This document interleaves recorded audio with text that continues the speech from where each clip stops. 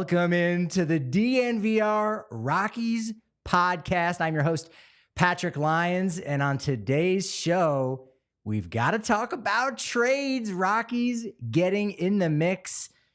Big one yesterday after the game on Sunday, after the win against the A's. They pull off a deal. They trade CJ Cron and Randal Grichuk to the Angels, back to the Angels, where both those players were originally drafted. Grichuk, in fact, has never suited up for the Angels at the big league level. Those players going over to the AL West, and in return, the Rockies get two very interesting prospects. We got Jeff Sanders coming up here in just a couple of minutes to talk about the Padres. What are they going to do at the trade deadline? But as we've been speculating for this past month plus, will the Rockies finally pull the trigger on some of these deals, improve their farm system with all the bad luck that they've been having with so many of their young pitchers going down and needing Tommy John surgery from Jordy Vargas, Jackson Cox, Gabriel Hughes? They needed to bolster the farm system. I think anyone listening to the show right now, you're a diehard. You already understand that when you trade away two veterans that are on expiring contracts who, at the end of this season, on Monday, October 2nd, they're no longer a part of the Rockies organization, and you have nothing to show for their time. As an asset, Rockies bring back two low-A pitching prospects in Jake Madden, a 6'6" kid. He looks very projectable. Good baseball body, to say the least. This is his first professional season. 4th-round pick last year at a Northwest Florida State College. Yes, that is a real school. It's a junior college. Northwest Florida State. I'm going to quiz Susie about that if she can have any idea if that's a real school. It is. That's where he played junior college. Got an above slot deal. You know, he struggled a little bit here, but again, it's his first year in professional baseball. He was the 8th overall prospect, according to MLB Pipeline, in the Angels farm system. He goes in as the Rockies' 20th best prospect. He will probably climb up the charts just a little bit by end of season. The other one, Mason Albright, maybe you're a little bit more hyped on him. The numbers have been incredibly good in the California League with the Inland Empire 66ers. Only 6 foot tall, but was a 12th round pick out of IMG Academy. Moved down there for his senior year of high school to get himself ready for professional ball. Was a 12th round pick, as I said, back in 2021. Was the 28th best prospect for the Angels, according to MLB Pipeline. He goes in for the Rockies as the 21st best prospect. Both those guys are expected to go to Fresno, jump right into that starting rotation. So what does that mean for the Fresno Grizzly rotation, as it were, right now? We'll talk about our prospects of the week as we do each and every Monday. We'll get to that in just one second, but we'll probably see guys who were drafted last year by the Rockies: Connor Stain, Michael Prosecki. Those are my picks to get promoted to High A and help out the Spokane rotation. Maybe Albert Pacheco. He's only got 8 starts in Low A. We'll kind of wait and see what happens for that. But even more news breaking on as far as the Rockies roster going into today's Padres series. We'll talk about that and plenty more, but got to let you know about Breckenridge Distillery, the official bourbon of the Denver Broncos, widely known for their blended bourbon whiskey, a high rye mash American-style whiskey. Après anywhere. That's their hashtag. You can go anywhere, especially with Breckenridge Distillery. It's been founded in 2018. Breckenridge Distillery is the world's highest distillery. They've won so many awards that we'd be here all day to go through all of them. They're amazing at what they do. They've got an immersive guest experience if you want to check out their facility. Their products are available in all 50 states. It's really easy. It's kind of like the breckbrew.com. You go there, find out where you can get it in your local area. You can get it in all 50 states. It's even easier like that. Shop at your local retailer or just visit BreckenridgeDistillery.com for home delivery of the award-winning Breckenridge Spirits. Bet365. You can turn $1 into $200 of bonus bets when you join Bet365. You download the app, deposit $10, and claim your $200 in bonus bets as soon as you place a bet for $1. Download the Bet365 app and use code DNVR365 when you sign up. They've pioneered live in-game betting. They're a proud partner of the Colorado Rockies. It's fantastic because what they've got going on right now is a Bet365 baseball early payout offer. Basically, We know the Rockies are prone to coming back and getting themselves into games. Sometimes it happens the other way around. Nevertheless, you're a winner if your team goes up by 5 runs or more. That's it. Doesn't even matter what the outcome is. If they're up by 5 wins or more, the Bet365 baseball early payout offer says you are a winner. Download the app and use promo code DNVR365 when you sign up. Must be 21 years or older and physically located in Colorado. Please gamble responsibly. If you or someone you know has a gambling problem and wants help, call or text 1-800-GAMBLER. Jeff Sanders of the San Diego Union-Tribune. Welcome to the show, Jeff. How you doing today? I'm doing well, man. How are you? Pretty good. I imagine you are on high alert. All of your alerts are turned on because Trader AJ, he's got to be wheeling and dealing right now at this point. We were talking just before we went on air. Are they going to make a move? Are they not? And if so, which direction are they going to go in? I think the question going into the Rangers series, they lose 2 or 3 to the Pirates. I still think, leadership leaning toward, adding. They sweep the Rangers. I think they're going forward. And they need to add a lot. When you've got Soto, Machado, Tatis, Bogarts, that's the core. So they're in a position to make, small additions to help the team. Kind of like maybe the 21 Braves did. They made some small additions that pushed them over the top. Yeah, I think that's what the Angels are doing right now with the entire Rockies roster, just adding a bunch of those pieces, hoping that they can fit in, be good for depth. Before getting into more specifics about individual players, the 2023 San Diego Padres, by all accounts, since 2013, when the Dodgers just went on this rampage, they're probably the first team to be predicted by some, I'm not going to say many, but a lot of folks had the Padres winning the NL West. We hadn't seen that before. Sure, the Giants did it in 2021. That was totally unexpected. But the Padres, everyone liked all the little pieces. Can they add up? It seemed like individually they would, but it just hasn't really worked out that way. Has there been a single thing to point at as to why the Padres just really haven't been able to get it going until recently here? Oh man, if I'm on here to explain what the heck's been going wrong, we would need a lot more time, or maybe not at all, because we just don't know. The Pythagorean, they have the fifth best run differential, but the flaw in that is they're 0-9 in extra inning games. They're pretty bad in 1 and 2 run games. So that's kind of it. Like, they can win a blowout, and if it's a tight game, I don't know. Like, is it pressure? Trying too hard. And then the momentum of not getting it done and wait for somebody else to get it done. Machado played through a broken bone in his hand. He also led the majors in double play balls before that. Bogarts has had wrist issues. Tatis missed the first 20 games of the season with the suspension. Soto was cold. They just haven't been able to get on the same page.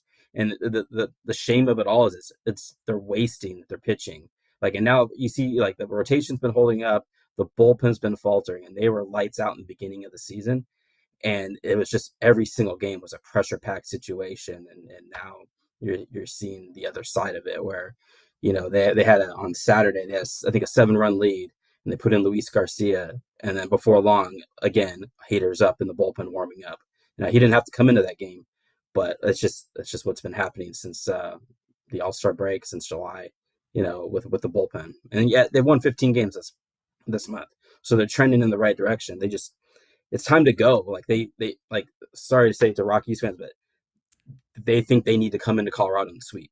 Nothing else. When you have to make up ground like they have to make up, they have to sweep. Yeah, winning series isn't going to be enough, right? No, they've got to leapfrog 4 or 5 teams to get in the picture. Yeah, I think one of the issues for the Rockies is this season has been depth. They haven't been able, when somebody goes out, somebody gets hurt. They've had almost an entire rotation on the injured list at one point in the season, and still 3/5 of a rotation gone right now. They haven't been able to get any replacement from the guys in AAA, or even some surprises in AA. When you win a championship or you win a division or go to the postseason, you get some play out of some surprise players. It seems like that's been another issue maybe for the Padres. They haven't had those guys maybe come out of nowhere and make an impact because they've got so many stars. You go, well, you got to keep riding with this guy, and if someone gets hurt, maybe you can replace them. But seems like they haven't had those surprise players, and a lot of that I imagine has something to do with Preller trading away so much of their prospect depth. So there hasn't been guys to come up from underneath and El Paso to come up and kind of fill those gaps when people are struggling. No, that's exactly right. Trent Grisham was under 200 for a lot of the season, just kind of like last year. But you know what? He's quietly, up to 7-something, with the OPS, and he's a Gold Glove center fielder. He's not the problem. Like, he's not saving the team, but he's not the problem. He's doing what he's supposed to. Jake Cronenworth has not, he's been regressing since his first breakout season. Not doing well with a big contract. The catching situation until Gary Sanchez arrived was a disaster. So, like, the theory is like, the rising tide lifts all boats, and that didn't happen either. So the bottom of the lineup wasn't responding. The big four wasn't on the same page. And then you call up guys from El Paso, and they all have, like, they're all hitting 350 with 1,200 OPSs, because that's what happens in the Pacific Coast League. And they come up and they just, what's realistic? What's a realistic thing to expect? And they have not been able to supplement the roster that way. And you're right, a lot of it has to do with the depth and the players that they've traded, from going back to the Clevenger trade, trading for Austin Nola. We can talk, hours about that trade. And then the Soto trade last year, that's the depth that they're missing. And you know what? I think you make those trades. Well, whether or not you make the Clevenger and the Nola trades, that can be debated for forever. It didn't work out, so hindsight. But the Soto trade, I think you make that trade for 3 postseason pushes. But the problem is the depth isn't there to supplement the roster right now. Yeah, when you trade Mackenzie Gore, I mean, that's a guy right there from your depth that you're going to be relying upon using the entire 40-man roster, and that's one less player that can impact when guys are struggling. It's what's amazing about this season is we've still yet to have a manager get fired. Like, we've barely even seen a couple, hitting coaches or pitching coaches. Yankees got rid of their hitting coach, but other than that, I don't know if there's just a change in philosophy by some, front office executives. We know the Mets kind of had a big press conference to say, we're not actually going to do anything. We're not going to change our manager. And you kind of understand it's Buck Showalter. Bob Melvin is the same kind of situation where, like, great manager. And, if he's not getting the job done, is there really somebody better that can do that? I don't know how much of the discussion is about Melvin kind of being on the hot seat again right now, with the win streak that they've got going on. Obviously, his job's safe, but from all accounts, it just seems like there's more happening than just, hey, the manager isn't managing terribly well, and we know the decisions come from up above, but it's managing the people. It doesn't seem like it's been Bob Melvin's problem so much as the players not performing. Right, like you talk about 0-9 in extra innings. I mean, I've at least once or twice they've had the Manfred guy on second, whatever you call that guy, and it's Tatis, Soto, Machado down 1, 2, 3. It's not Bob Melvin's fault. Like, that's who you want up. If they're not performing, what's the manager supposed to do? So I think there's more sophistication from front offices now, where, like, that's a panic move. And right now in this organization, nobody wants to signal panic, and I don't think anybody thinks inside the organization that Bob Melvin is an issue. Yeah, no, that makes a lot of sense. And Jeff, you probably know it makes a lot of sense to make sure you're wearing your Shady Rays in San Diego. That's right. This is going to be an ad read. Look, just use promo code DNVR. You get to buy one, you get one free. If you lose or you break them, they'll go ahead and replace it for you. If you don't like what you got, return it within 30 days. You get a full refund. It's great. Go to the Park Meadows Mall. You get 50% off 2 or more pairs of sunglasses. Try for yourself the shades rated 5 stars by over 200 people. And if you're in the Denver area or in Colorado, a dispensary that's been established since 2010, high quality cannabis in the state. It's fantastic. Seed to sale. Talking about breeding their own genetics, control the grow process and packaging. They got their turbo core with the turbo joints, Kind Love flower. It's sold in more than 100 stores around the state. You can actually visit one of their stores in Cherry Creek or North Denver. Mention DNVR and receive the DNVR exclusive discount of 25% off all Kind Love flower pre-rolls and their turbo joint line. Visit the website at kindlove.com for their full extensive menu and online ordering. Get this, code DNVR now works for deliveries. Fantastic. All right. You got the sweep against the Rangers, which was wonderful at home there. And the Padres just looking really good against a first place Rangers team who they just added Max Scherzer. They just added Jordan Montgomery. They've been doing really wonderful.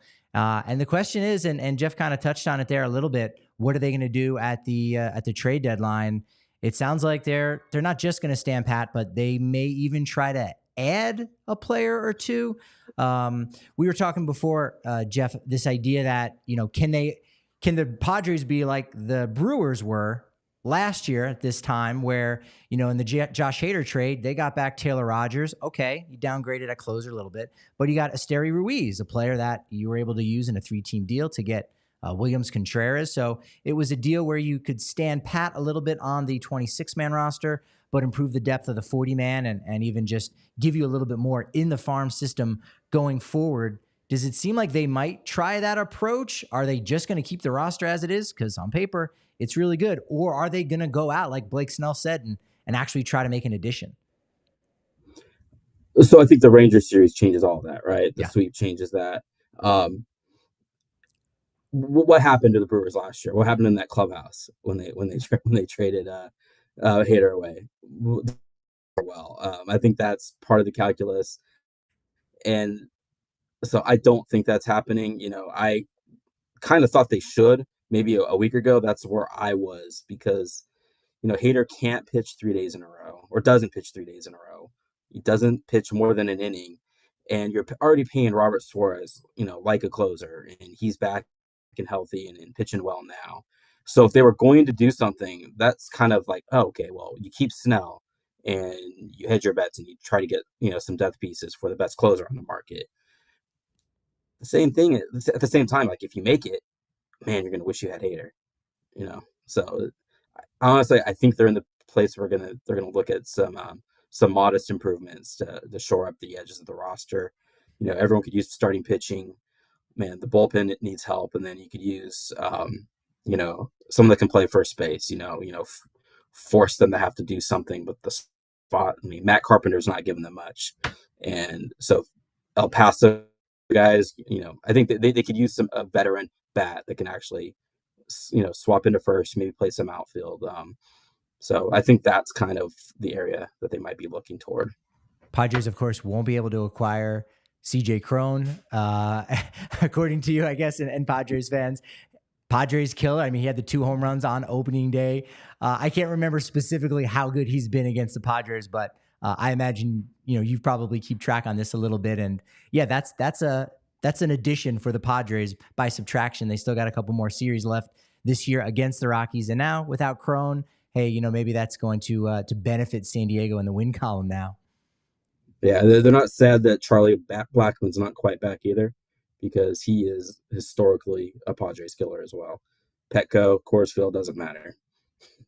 Yeah, we got the 3-game series here, and I think it's not until September again that the Rockies will go out to San Diego. Another interesting thing, I love symmetry. I love making different connections with things.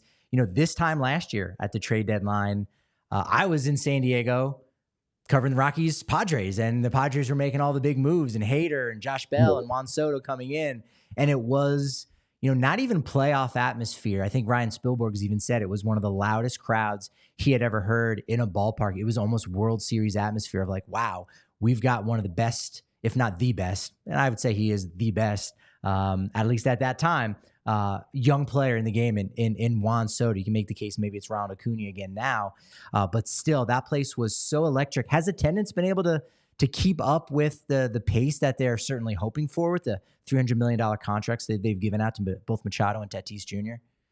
Yeah, it was like a month ago where they set the new Petco record in sellouts. Yesterday was the 45th sellout. I'm told that doesn't matter, but I can't think it's not part of the calculus. Like if you start selling off pieces, like what's that going to do to attendance? And most of those seats have already been sold. Like, the seats are sold, but the atmosphere, the vibe, you're right. That, Brandon Drury hit a grand slam. I think it was on his first pitch last year against the Rockies. And it was playoff loud. It was definitely playoff loud. And it's like that, even when they're not doing so well, they're losing. They've had a poor home record until recently, and they keep showing up. And so that's not lost on management as they, figure out what they're going to do. And guess what? Tomorrow, man, it's coming fast.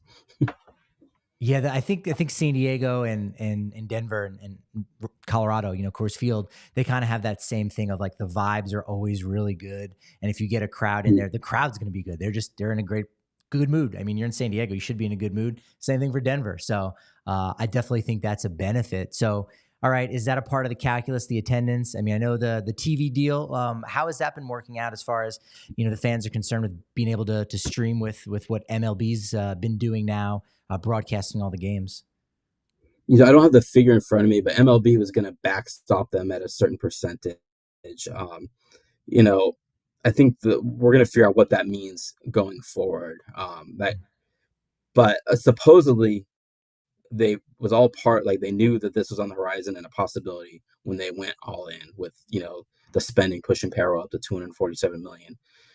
So if you can believe them, then that should not impact it. They should been planning for that, but we don't know what the impact is. I think next year is going to be the year where we see, like, because they're starting to sell more and more ads on the devices or the MLB productions. So we'll see what it means. I know that they've streamlined the productions, the post game shows and in-game reporting. It's all been like really streamlined, and some people haven't been brought back, some people are having their roles moved around. So we'll see what happens with that going forward. I don't know yet what the impact that's going to be, because that's a lot of money that they've been counting on. That was a big contract, and that all that money is basically could be the deciding factor if they're able to possibly re-sign Juan Soto. Now, I mean, he might not get Shohei Ohtani money, but still, it sounds like for all intents and purposes, he could be looking for $500 million. And so, man, to be able to have all of that with all the money that's already been spent, it doesn't even seem doable for like a team like the Mets, really. I mean, they can do it, but it's just insane to think that could happen for a big market team, let alone one like San Diego, which is still a really, strong market. But yeah, it would be interesting to see if the Padres would want to maybe get something done with Juan Soto. Have there been any conversations between the two sides? Maybe imagine they're just kind of kicking the can just a little bit as far as what will happen if there's going to be an extension here with his free agency kind of looming in the near future. I don't Yeah, I don't know what the latest is on that. I know that they weren't going to maybe be talking in season, and so after the Machado deal got done, I never heard much about that moving forward. Doesn't mean it's not. AJ Preller. Not a lot of leaks coming out of his office. It's usually from agents and other teams. So they're locked down pretty tight here. So they also got a lot going on. So I don't imagine that's top of mind right now when they're trying to figure out a way to get this team to the postseason. For sure. All right, let's look at the series real quick. 3 games here in Colorado. Gomber versus Seth Lugo on Monday. Tuesday night, Peter Lambert versus to be announced. Maybe you've got some info on that. And then Kyle Freeland making his second start since coming off the IL against Joe Musgrove, who's been pitching really well. Bullpen game for the Padres on Tuesday, or might they be calling somebody up? So yeah, I've been trying to figure that out. Could be a bullpen game. They haven't used Pedro Avila in a while. He's the guy on the roster that might start a bullpen game. The other guy to keep in mind is Ryan Weathers. Not a good year for him. Had some ups and downs in AAA as well. I think he last pitched on July 26th. The other 2 internal options, Matt Waldron, the knuckleballer. I think he pitched Friday, and then Jackson Wolf pitched Saturday, so they're probably out of the running. Waldron only threw like 60 pitches in 5 innings, so could be part of a bullpen game. I don't have a lot of information. All that is just my speculation of looking at the system, but I know your eyes lit up when I said knuckleballer. Right? I did. Oh, I mean, wait, today I'm going to go to the ballpark. I'm going to go to the Padres clubhouse. I'll talk with Bob Melvin. I'll say, for baseball, for the world, can we have a knuckleballer pitching at altitude? I don't know off the top of my head if Charlie Huff ever pitched a game with the Marlins in Denver. I imagine he probably did, but come on, that's wonderful. We need that. Yeah. The world needs that. So we say knuckleballer. He's down to using it like 20%. Like, he went like 2 innings in his major league debut without throwing. I think he only threw like maybe 12. But I mean, he would just have to throw that knuckleball more just you got it. And I'll take 20%. That's fine. Even if you only get 5, those would be 5 beautiful pitches. I know I would personally be sitting on the edge of my seat, kind of waiting to just see that knuckleball just get thrown, like in anticipation. I'd 100% be fine with 20% knuckleballs from Matt Waldron. That would be great. I'd be fine with, I don't know, a 6-pack of Breck Brew Palisades Peach Wheat, especially because it's Palisades Peach season still on the Western Slope. It's fantastic. Colorado ingredients, a Colorado fruit. You love that. It's a fruit forward, bright and juicy peach flavor. That's absolutely amazing. It's made with 100% Colorado ingredients. As I said, renewable energy right here in Colorado. Head to breckbrew.com. Go down to the farmhouse, watch a little of the World Cup if you want to do that. And again, breckbrew.com to find out where you can find Breck Brew in your neighborhood. Use Game Time tickets for your tickets for Rockies. We got Nuggets coming up. I mean, some Broncos preseason games. If you hang out, maybe do some tailgating, especially if you tailgate with us at the DNVR bar or actually down at Mile High. Well, you can wait closer to the start of the event with Game Time tickets because up till about an hour and a half, prices continue to get lower and lower, maybe even 60% below face value. And if you use promo code DNVR in your first purchase, you're going to get $20 off that first purchase. So it's a win-win all around with Game Time tickets, showing over 15 million folks who have saved with Game Time tickets. All right, we got our guy back? He just disappeared. No, that's okay. We got Jeff. He did his duty. He reached his pitch limit. That's quite all right. He did incredibly well to help us out, understand what the Padres got going on. And yeah, maybe they're looking at the Rockies saying, oh, they don't have CJ Cron right now. Okay, that might be worth an extra win or two to us going forward to sneak one of those postseason spots for the wild card. Before we jump into our prospects of the week, roster transactions for the Rockies. 2 guys are gone, Cron, Randal Grichuk. Who are they going to be replaced by? Some good news. Actually, 2 second basemen, which is a little strange, but nevertheless, Brendan Rodgers has been activated for the first time all year long. He is going to be back, more than likely in action on Monday. Really solid rehab assignment. I think he hit over 300 with AAA Albuquerque. In fact, if you're down in Albuquerque on Tuesday and Wednesday, Charlie Blackmon's got a rehab assignment. Turns out this is his first rehab assignment in Albuquerque. He had done it once before in 2019, but that was in Omaha. So he's never actually played at the lab in Albuquerque, which is pretty neat that he'll be doing that. He'll be back pretty soon too. Coco Montes also gets promoted to the 26-man roster. Looking forward to seeing him today, partially because he is actually our AAA prospect of the week. Coco Montes hit 508 for 16, 3 doubles, a homer, 6 RBI, 2 walks to 5 strikeouts. He made it hard, or rather, Wynton Bernard made it hard. He hit 3 home runs, 9 RBI, but Montes overall, I think, did a really good job. Daniel Montano had 2 home runs, 3 other players batting over 300. Willie McIver, maybe we see him as a third string or backup catcher at some point this season. He's had some injuries that really curtailed the start of his year. Hunter Stovall and Daniel Montano, again, batting over 300. On the pitching side, really just Michael Peterson out of the bullpen. 2 games, 3 innings pitched, only gave up 1 hit, no runs. And Josh Rogers, lefty starter, 5 innings pitched, only gave up 2 earned runs. He could be number 16 for the Rockies. They've already used 15 starting pitchers. Perhaps Josh Rogers becomes number 16. In Double-A, you love to see Drew Romo as our prospect of the week. He hits 3 homers in 1 game, 5 RBI. Even outside of that, goes 5 for 18 on the week. Only struck out twice. Only walked once, but he's putting the ball in play, which is fantastic. 2 homers for Kyle Daters. And Hunter Goodman, who actually breaks the Yard Goats single-season home run record with his 24th home run this season. Still, can't say it enough. What else does he need to prove? Maybe now he will get promoted to AAA. Now that he's got all the records, he's doing just about everything. Good week also at the plate for Julio Carreras, Vladimir Restituto, and Nico Decolati. On the pitcher side, Tanner Gordon, one of the guys just acquired in his first start with the Yard Goats, just acquired for Pierce Johnson in that deal to Atlanta. 5 2/3 innings pitched, only gives up 2 earned runs, strikes out 6, and props to 4 relievers who did not give up a run in multiple outings. That includes Victor Vodnik, who the Rockies acquired in the Pierce Johnson deal, Stephen Jones, Blake Goldsberry, and Austin Kitchen. In High A, Carson Palmquist, 5 innings pitched, 2 runs, He did hit 2, did walk a batter, struck out 10. That was partially the deciding factor of why he was our prospect of the week and not Jared Candy, who had a similar stat line, only struck out 7, did give up 9 hits. Cullen Kafka and Mason Green do a nice job with 5 innings pitched, 2 runs allowed, and relievers Anderson Beto and Juan Mejia.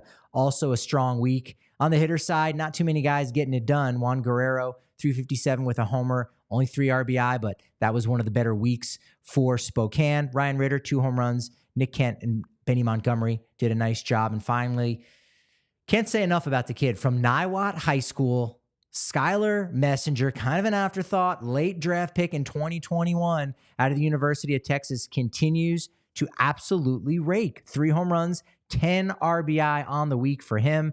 Props to Daniel Amaral, 26-year-old kid down in low A, 5 stolen bases, a homer, a triple. Catcher Cody Huff had a nice week, batting .462 with a home run, 391 batting average for Brian Betancourt with 4 RBI, 2 double. On the pitching side, a lot of guys getting it done. Caleb Franzen was best. Also got 6 innings from Gabriel Barbosa, Connor Stain, and Alberto Pacheco. A lot of people want to know, well, what's next for the Rockies here? Will they trade more guys? Could be. Brent Suter's been a player that our guy Kevin Henry from Fanside had said, the Rockies, he might get the Daniel Bard treatment. Rockies may want to just hold on to him. Jurickson Profar is another guy that's dangled out there. Ty Block is on a year-to-year basis, so he could provide some value there for another team that's just looking to get some innings. I don't think that'll probably happen, but there's a few other pieces out there for other teams. Elias Diaz maybe having the most value, partially because he has another year of team control, so teams aren't just getting him as a rental. They'll go ahead and be able to have him for 2024 as well. Most of us do not think Elias Diaz will get traded, but 37 guys on the 40-man roster, now 38 with Brendan Rodgers coming off the 60-day IL. So you still got room for 2 more players.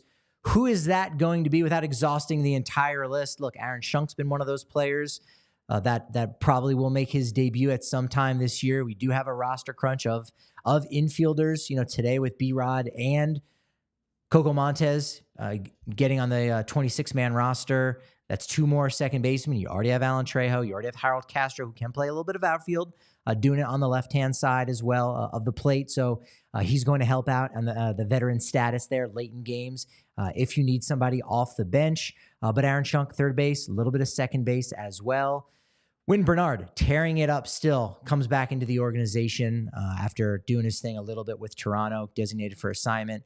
He's back in the fold, tearing it up in AAA. So if there's not another young outfielder out there for Colorado to go ahead and call up and promote, hey, you can give some playing time to Wynn Bernard. I think the fans would love to see him back at Coors Field. But maybe a slightly younger guy with some big league experience and maybe still some projectability as a first-round draft pick, Cole Tucker. Has been doing it and doing it well, can play a little infield, mostly been in the outfield. Would be interesting to see what he's got left in the tank. Is he a guy that could possibly contribute on the 2024 Colorado Rockies? Hunter Stovall, another one of those names. I said at the beginning of the season, I thought Hunter Goodman might come up, be able to make his major league debut this year. There's still a good chance of that happening. I could see that going down. So still a lot of options, still 2 roster spots.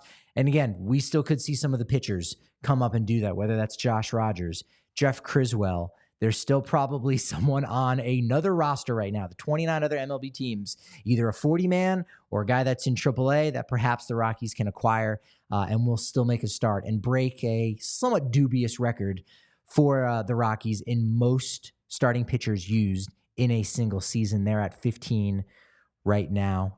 But as we talked with Jeff, of course, Padres are going to be looking for a 3-game sweep. It's hard to do that in Major League Baseball. Just any team can beat anyone on any given day. Padres take 2 out of 3. They'll probably be happy with that. Rockies, can they spoil the Padres season a little bit? Kind of like the Padres, how they spoiled the Rockies season in 2019, late in June with Wade Davis blowing a couple games there. Buddy not too happy. They split that series. Most runs, most hits scored, I think, in a 4-game series, at least in the era post-Humidor. That was a wild one, and that really kind of put the skids on the hopes for the Rockies making 3 consecutive postseasons. Early July, they still had the second wild card spot in their sights. In fact, they were in that second wild card spot and the Padres ruined it right as they were on the come up. Fernando Tatis was the next big thing just before he got hurt. Now it might be the Rockies' turn to play spoiler and really, keep down the San Diego Padres, who they've got a window here right now.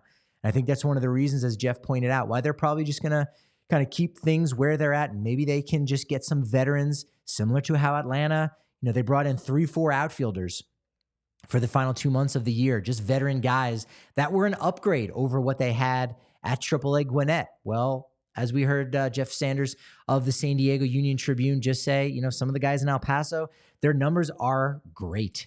But when they come up to the majors, they're just not quite ready. And that's one of the downsides with the Pacific Coast League is you just don't know. Is a guy ready for the bigs, or is he more of a quadruple A kind of player? The statistics and those numbers down in AAA here on the West Coast and the Pacific Coast League, they certainly can lie. I think that can be true for some pitchers in some pitchers leagues down in the minors.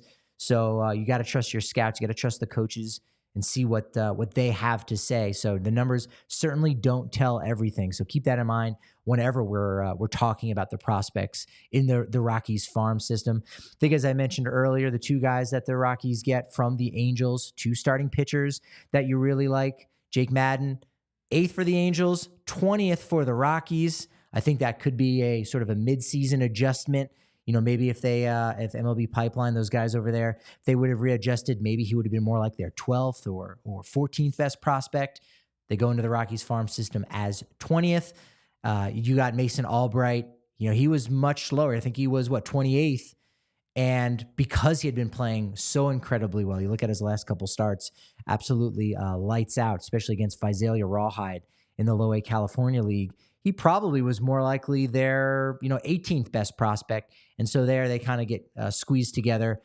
Mason Albright becomes the 21st best prospect for the Rockies system. And they need that depth. They need more of those guys because players get hurt. Players need Tommy John surgery. You don't know who's going to be a bust as you make those jumps to the higher levels. That's the biggest jump from high A to double A. And so we're seeing that with so many of the guys. When they get to Hartford, that's really when you got to keep an eye on them.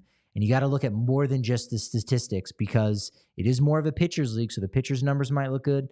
The hitter's numbers might not look quite as strong. Keep that in mind. Take it with a grain of salt. Appreciating everybody jumping in the chat, saying hello. Patrick, not me, different Patrick. Patrick Kaplan. Brendan got called up. Castro open for a trade. He's got 2 more years of club control. Tigers didn't have a problem when they designated him for assignment. So he's kind of a veteran bat. You're not going to bring back much. But still, you are going to free up some space on your 26-man roster to allow for more playing time for some veteran guys. Does that move the needle enough for the Rockies, or do they maybe want to protect some of these players and say, you know what? We don't feel like we have someone in AAA right now that can fill the role that Harold Castro has, and we'd rather keep those guys down in AAA. So you know what? Let's just keep Harold Castro. That can be a decision that some executives, might feel in certain organizations. Justin, similar, thinking that Harold Castro, maybe his best days, are behind him. He served a purpose here on the roster. I think he still can, especially with his ability to play, some outfield. Rockies are kind of short outfielders right now. You've got 3. If you include Michael Tolia, sure, 4. But Brenton Doyle in center, Jerkson Profar in left, Nolan Jones in right. So even with Cron and Grichuk no longer a part of this team, the roster is going to look very similar. In fact, you might even like it more because you're going to see Jones a lot more. You're going to see Tolia Montero more. And now with Brendan Rodgers coming off the 60-day IL and making his 2023 debut, you might like the lineup even better. So that's going to be exciting down at the ballpark. We're going to be covering it on Twitter at DNVR_Rockies on Twitter. As I said, I'm at Patrick D. Lyons. And this has been absolutely wonderful. So thanks to our guest, Jeff Sanders. Follow him over on Twitter at SDUT Sanders. Got that right. Nailed it. He does great work alongside with Kevin Acey, covering all the Padres stuff. So make sure you check that out if you want to know what else is going on in the NL West. It's been wonderful, been momentous, but as they say about baseball podcast momentum, it's only as good as your next show. So of course, we will talk to you tomorrow right here, same spot, 1 p.m. live on the DNVR Sports channel here on YouTube.